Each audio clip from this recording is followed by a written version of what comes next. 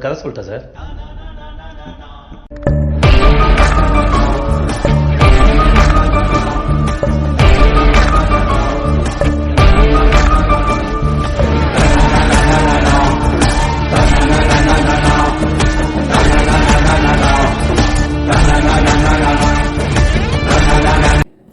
Hi friends, நம்ம சேனலில் video, அதாவது விக்ரமாதித்தன் கதை போட்டு ரொம்ப நாள் ஆச்சு. விக்ரமாதித்தனும் வேதாளத்தை அங்கே முருங்கை மரத்துலேயே தொங்க விட்டுட்டு வந்தாச்சு.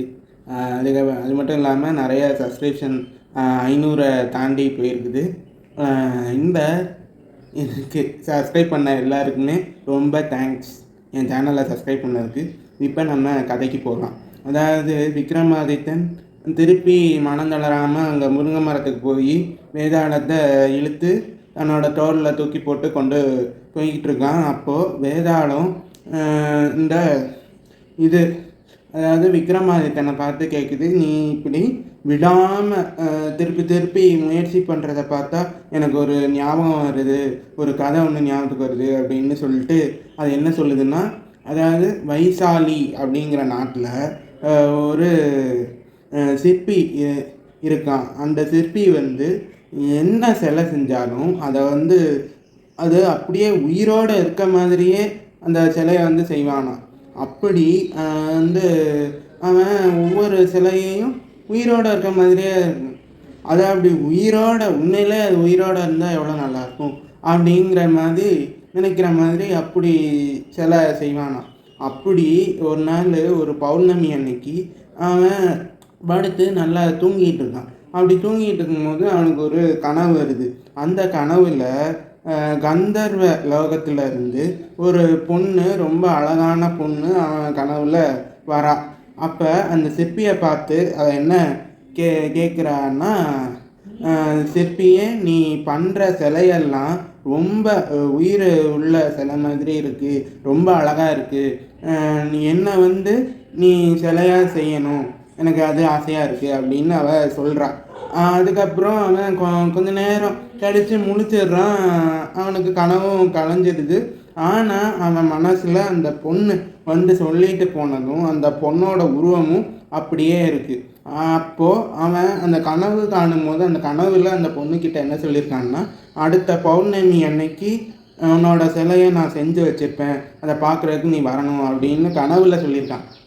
அப்படி சொன்னதுக்கப்புறம் இப்படி என்ன ஆயிருக்குதுன்னா, கனவு கலைஞ்சிருக்குது.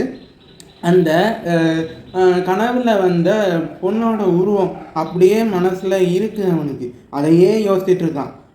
என்ன பண்ணுறதுன்னு தெரியல. ஊருக்கு வெளியில் ஒரு காட்டுக்குள்ளே அந்த அருவி இருக்குது, பக்கத்தில் பாறையெல்லாம் இருக்குது. அங்கே உட்காந்து யோசிச்சிட்டே இருக்கான், என்ன பண்ணுறது, அடுத்த பௌர்ணமிக்கு உள்ள இந்த பொண்ணோட சிலையை நான் செஞ்சு கொடுக்குறதா சொல்லிட்டேனே, என்ன செய்யலாம் அப்படின்னு அவன் யோசிச்சுட்டு இருக்கும்போது பக்கத்தில் பெரிய பாறை ஒன்று இருக்குது. அதனால அந்த பாறையை இது பண்ணி உடச்சி அந்த பாறையிலேயே சிலையை செய்ய ஆரம்பிச்சிட்டான். அவன் சிலையை செய்ய ஆரம்பிச்சக்கப்புறம் அந்த பொண்ணும் சிலை செஞ்சு முடிச்சக்கப்புறம் கரெக்டாக அந்த பௌர்ணமி அன்னைக்கு ராத்திரி அந்த கந்தர்வ லோகத்தில் இருந்து தன்னோட தோழிகளோட அந்த இடத்துக்கு வரா. அப்படி வரும்போது அந்த பொண்ணு என்ன பார்க்குறான்னா, அப்படியே அவளை சிலையாக செஞ்ச மாதிரி அப்படியே உயிரோட இருக்க மாதிரியே இருக்குது. அப்போ அந்த பொண்ணு பேர் நிலாஞ்சனா. அந்த நிலாஞ்சனா கந்தர்வ லோகத்தில் இருக்க பொண்ணு. அவன் அப்படி பார்த்துட்டு இருக்கும்போது அவளோட தோழிகள் எல்லாரும் என்ன சொல்கிறாங்கன்னா, இப்படி அந்த பூலோகத்திலேயே இன்னொரு நிலாஞ்சனா இருக்க மாதிரியே இருக்கே, இந்த சிலைக்கு நம்ம உயிர் கொடுத்தா எப்படி இருக்கும், அப்படி கந்தர்வ லோகத்திலையும் நீ இருக்கலாம், இந்த பூலோகத்திலையும் இன்னொரு நிலாஞ்சனா இருக்க மாதிரி இருக்கும், உன்னோட ஆசையெல்லாம் இவன் மூலமாக நிறைவேற்றிட்டு அதுக்கப்புறமா நீ இவளை அழிச்சிடு அப்படின்னு அவங்கெல்லாம் சொல்கிறாங்க. ஆனால் இன்னொரு தோழி நிலாஞ்சனா கிட்ட என்ன சொல்கிறான்னா, இங்கே பாரு, இது விபரீத விளையாட்டு, இது வேண்டாம் அப்படின்னு சொல்கிறா.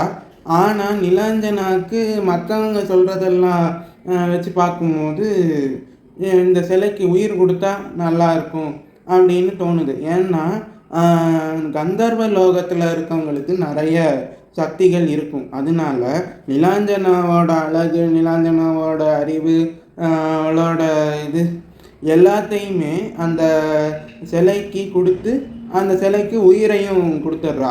அது இன்னொரு நிலாஞ்சனா மாதிரி இருக்குது. கொடுத்துட்டு இவங்க வந்து கந்தர்வ லோகத்துக்கே போயிடுறாங்க. அதுக்கப்புறம் அவள் வந்து இன்னொரு நிலாஞ்சனா, அதாவது சிலையாக இருந்தவ பொண்ணாயிட்டா. அவள் என்னமோ தூக்கத்தில் இருந்து எந்திரிச்சு பார்க்குற மாதிரி அந்த இடத்த வந்து பார்க்குறா. அவளுக்குள்ளே இருக்க திறமைகள், அவளுக்குள்ளே இருக்கிற எல்லாத்தையும் வந்து பயன்படுத்தணும், இந்த உலகத்துக்கு அவள் யாருன்னு காட்டணும் அப்படிங்கிற ஆசை வருது. அதனால அவள் அந்த இடத்துல இருந்து நகரத்துக்கு போகிறான். நகரத்துலேருந்து அப்படியே நடந்து காட்டுக்குள்ளே போயிடுறா. காட்டுக்குள்ளே வந்தக்கப்புறம் என்ன ஆகுதுன்னா, காட்டுக்குள்ளே அப்படி போயிட்டு இருக்கும்போது திடீர்னு ஒரு புலி அவன் மேலே வந்து பாயிற மாதிரி வருது. அப்போ ஒரு இளைஞன், அதாவது ரொம்ப பார்க்குறதுக்கு நல்ல சின்ன பையன் மாதிரி இருக்கான், நல்லா அழகாக இருக்கிறான். அவன் வந்து என்ன பண்ணுறான்னா, அம்பை அந்த புலி மேலே விட்டு நிலாஞ்சனாவை காப்பாற்றிடலாம். காப்பாற்றினதுக்கப்புறம் நிலாஞ்சனா என்ன சொல்கிறான்னா, நான் இங்கே இந்த ஊரோட தலைநகரத்துக்கு போயிட்டுருக்கேன். தலைநகரத்துக்கு போயிட்டுருக்க வழியில் இந்த புலி வந்து குறுக்க வந்துடுச்சு. நல்ல வேளை நீங்கள் என்னை காப்பாற்றினீங்க, ரொம்ப நன்றி. அது மட்டும் இல்லாமல் என் கையில் ஏதாவது ஆயுதம் இருந்திருந்தால், வாள் இருந்திருந்தால் நானே வந்து இந்த புலியை சமாளிச்சிருப்பேன் அப்படின்னு சொல்கிறா அந்த பொண்ணு.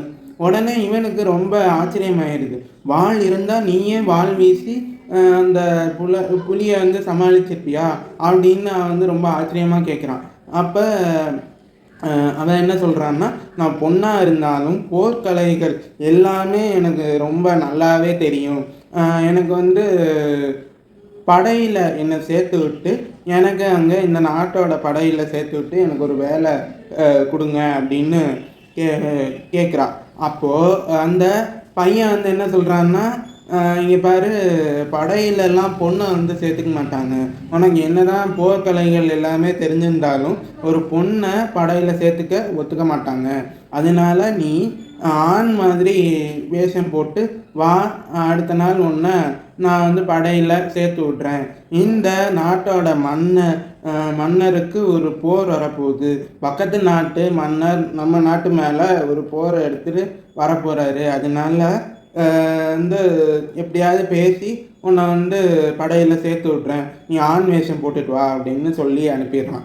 அப்படியே ஆண் வேஷம் போட்டுட்டு இவங்க 2 பேரும் ஊருக்குள்ளே போகிறாங்க. அங்கே வந்து நிலாஞ்சனாவுக்கு ஒரு வேலை வாங்கி கொடுத்தாச்சு அந்த பையன்.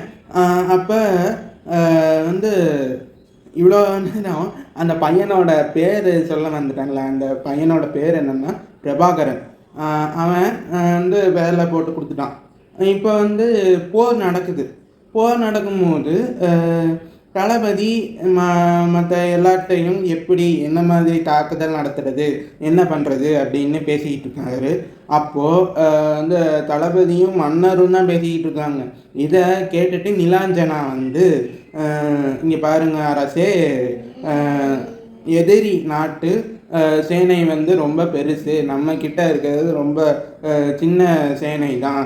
அதனால அவங்கள சமாளிக்கிறதுக்கு நான் ஒரு யோசனை சொல்கிறேன் அப்படின்னு சொல்லிட்டு அடுத்த நாள் காலையில் வந்து போர் நடக்கிற இடத்துல 2 மலையில் படைகள் வந்து பிரிஞ்சு போகுது. மலையோட ஒரு பக்கம் வந்து ஒரு சேனை போகுது, இன்னொரு பக்கம் ஒரு சேனை போகுது. அப்படி வந்து சண்டை போட்டுட்டு இருக்கும்போது என்ன ஆகுதுன்னா, ஒரு பக்கத்தில் வந்து இப்போ பாம்பு, பயங்கரமான விஷப்பாம்பெல்லாம் வந்து மேலே எதிரி நாட்டோட படைகள் மேலே விழுது. அதுக்கப்புறம் தேள் வந்து விழுது.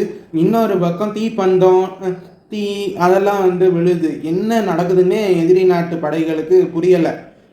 அப்படி புரியாத நேரத்தில் இந்த நாட்டு, அதாவது வைசாலி நாட்டு படைகள் வந்து இங்கே அந்த நாட்டு படைகளை தாக்கி அந்த போரில் வந்து ஜெயிச்சிடுறாங்க. அப்படி ஜெயித்த உடனே மன்னர் வந்து இந்த என்னது அந்த பொண்ணை பார்த்து, அதாவது நிலாஞ்சனாவை பார்த்து ரொம்ப பாராட்டுறாரு. அப்போ ஒரு நாள் மன்னர் யாருமே இல்லாத நேரத்தில் அரண்மனையில் அப்படி உட்காந்துட்ருக்காரு. அப்போ நிலாஞ்சனா அரண்மனையில் ராஜா முன்னால் போய் தன்னோட ஆண் வேஷத்தை கலைச்சிட்டு, மன்னா நான் ஒரு ஆண் கிடையாது, நான் ஒரு பொண்ணு, என்னோட நிஜமான இதுதான், நிஜமாவே நான் ஒரு பொண்ணு தான் அப்படின்னு அவ சொல்கிறான். அப்போ ராஜா என்ன சொல்வாரோ, வேலையை விட்டு அனுப்பிடுவாரோ அப்படின்னு அவ பயந்துட்டு இருந்தா. அப்போது ராஜா என்ன சொல்கிறான்னா, அவரோட இது வேறு மாதிரி இருக்குது. அவர் என்ன சொல்கிறாருன்னா, அப்படியா, எனக்கு ரொம்ப சந்தோஷம். ஏன்னா ராஜாவுக்கு ரொம்ப வருஷமாக வாரிசே இல்லை. அதனால நிலாஞ்சனாவை அவரோட பொண்ணாக அவர் தத்தெடுத்துக்கிட்டாரு.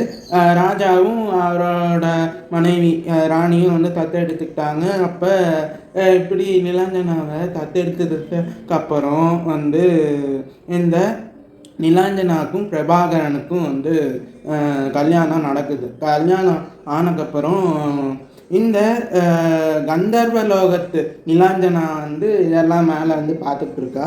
அப்போது மற்ற தோழிகள் தான் என்ன சொல்கிறாங்கன்னா, நீ ஆசைப்பட்டதெல்லாம் நடந்துருச்சு, அதனால அவளோட உயிரை நீ எடுத்துரு, போய் அவளை திருப்பி ஒரு சிலையாகவே மாற்றிடு அப்படின்னு சொல்கிறாங்க. இதை கேட்டுட்டு கந்தர்வலோக நிலாஞ்சனாவும் அங்கே அப்படி என்ன பண்ணுறான்னா, பூலோகத்துக்கு போய் அங்கே அரண்மனையில் பூலோகத்தில் இருக்க நிலாஞ்சனாவை பார்த்து பேசி, இந்த பாரு, உண்மையிலே நீ யாருன்னு நான் இப்போ சொல்ல போகிறேன். நீ சாதாரண ஒரு சிலை தான், நான் தான் உனக்கு உயிர் கொடுத்தேன், எல்லாம் பண்ணேன். இப்படி இருக்கும்போது கந்தர்வலோகத்தில் நீயும் இங்கே கந்தர்வலோகத்தில் நானும், பூலோகத்தில் நீயும் இருக்க முடியாது. ஒன்றும் என்னோட உயிரை தான் உனக்கு கொடுத்துருக்கேன், அதனால புரிஞ்சுக்கோ, உன்னோட உயிரை இப்போ நான் எடுக்க போகிறேன் அப்படின்னு அவ சொல்கிறான். அப்போ நிலாஞ்சனா பூலோகத்தில் இருக்க நிலாஞ்சனா அதுக்கு ஒத்துக்கலை. ஏன்னா நிலாஞ்சனாவுக்கு இப்போ கல்யாணம் ஆயிடுச்சு. அந்த பிரபாகரன் நிலாஞ்சனா மேலே அவ்வளோ பாசமாக இருக்கிறான். நிலாஞ்சனாவுக்கு ஒரு அப்பா, அதாவது அந்த நாட்டோட ராஜாவாக இருக்கக்கூடியவர் இருக்கார், ராணி இருக்காங்க. மக்களும் நிலாஞ்சனா மேலே அவ்வளோ பாசமாக இருக்காங்க. இப்படி அவங்க அவள் இறந்துட்டா. அதுக்கப்புறம் இவங்க ரொம்ப இதாகிடுவாங்க, மனசால் எல்லோரும் ரொம்ப கவலைப்படுவாங்க அப்படின்னு அவள் சொல்கிறாள். அப்போ திருப்பி அவள் சொல்லி பார்க்குறா. நிலாஞ்சனாவை அவளோட முடிவை அவள் மாற்றிக்கிறதா இல்லை. அதனால என்ன பண்ணுறான்னா, கடைசியில் இந்த கந்தர்வ லோகத்தின் நிலாஞ்சனா என்ன பண்ணுறான்னா, நெருப்பில் விழுந்து அவளோட உயிரை தியாகம் பண்ணிடுறான். இதோட வேதாளம் கதையை சொல்லி முடிக்குது. கதையை சொல்லி முடிச்சுட்டு, இங்கே பாரு, இந்த கந்தர்வ லோகத்து நிலாஞ்சனாவுக்கு கொஞ்சம் கூட அறிவே கிடையாது. ஏன்னா இந்த சிலைக்கு உயிர் கொடுத்து அவளோட அழகு, அவளோட அறிவு எல்லாத்தையும் கொடுத்து இது பண்ணது இந்த கந்தர்வலோகத்து நிலாஞ்சனா தான். அதுக்கப்புறம் தான் அவள் அந்த பொண்ணை பார்த்தா. அதுக்கப்புறம் இங்கே பையனை பார்த்து இது பண்ணி கல்யாணம்லாம் நடந்துச்சு. அதுக்கப்புறம் ராஜா தத்தெடுத்துக்கிட்டாரு, எல்லாமே நடந்துச்சு. ஆனால் கடைசியில் இந்த கந்தர்வ லோகத்து நிலாஞ்சனா தன்னோட உயிரை தியாகம் பண்ணி அவள் சந்தோஷமாக இருக்கணும்னு விட்டுட்டா. இது எப்படி நடக்கும்? இந்த சந்தேகம் எனக்கு இருக்குது அப்படின்னு அவன் வேதாளம் சந்தேகத்தை கேட்குது. அதுக்கு விக்ரமாதித்தன் என்ன சொல்கிறாங்கன்னா, நீங்கள் பாரு, கந்தர்வ லோகத்து நிலாஞ்சனா அவளுக்கு அந்த சிலைக்கு உயிர் கொடுத்தா. உயிர் கொடுத்ததுக்கப்புறம் அவள் என்ன பண்ணுறதுன்னு தெரியாமல் அங்கே காட்டுக்கு போயிட்டா. அதுக்கப்புறம் அங்கே பிரபாகரனை பார்த்தா. அங்கே போரில் சண்டை போட்டால், எல்லாமே பண்ணா. அவளுக்கு எல்லாமே கிடைக்கிது. எல்லாமே, அதாவது அவளுக்கு கல்யாணம் ஆகுது. எல்லாமே வாழ்க்கைக்கு உண்டான எல்லா விஷயமும் அவளோட வாழ்க்கையில் நடக்குது. அதனால இந்த கந்தர்வ லோகத்து நிலாஞ்சனா அந்த விஷயத்தெல்லாம் யோசிச்சுட்டு, அதாவது இந்த பூலோகத்தில் இருக்க நிலாஞ்சனா இப்போ இளவரசியாக இருக்கா. இவன் இறந்துட்டா. இவளோட கணவன் அதாவது பிரபாகரனுக்கு ரொம்ப கவலையாக இருக்கும். அதுக்கப்புறம் இந்த நாட்டு ராஜாவுக்கு ரொம்ப கவலையாக இருக்கும். மக்களும் அந்த கவலையில் மூழ்கிடுவாங்க. நாடே வந்து ரொம்ப சோகமாயிரும். ஒன்றுமே நடக்காது அப்புறம் அப்படின்னு நினச்சிட்டு இந்த கந்தர்வ லோகத்து நிலாஞ்சனா வந்து தன்னோட உயிரை தியாகம் பண்ணா. அது வந்து சந்தோஷமாக இருக்கட்டும் அப்படின்னு சொல்லிட்டு அப்படின்னு விக்ரமாதித்தன் அந்த சரியான பதிலை சொல்கிறான். சரியான பதிலை சொன்னதுனால வேதாளம் விக்ரமாதித்தனோட மௌனம் கலைஞ்சிருச்சுன்னு சொல்லிட்டு திருப்பி இங்கே முருங்கை மரத்துக்கே போயிடுது. இதோட இந்த கதை முடிஞ்சுது. லைக் பண்ணுங்கள், ஷேர் பண்ணுங்கள், சப்ஸ்கிரைப் பண்ணுங்கள். இன்னும் நிறைய பேர் சப்ஸ்கிரைப் பண்ணணும், நம்ம சேனல் வளரணும். தேங்க்யூ, பாய்.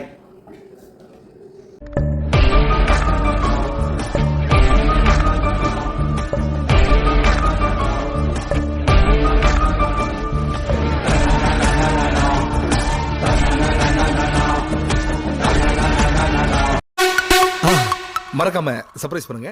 தேங்க்யூ.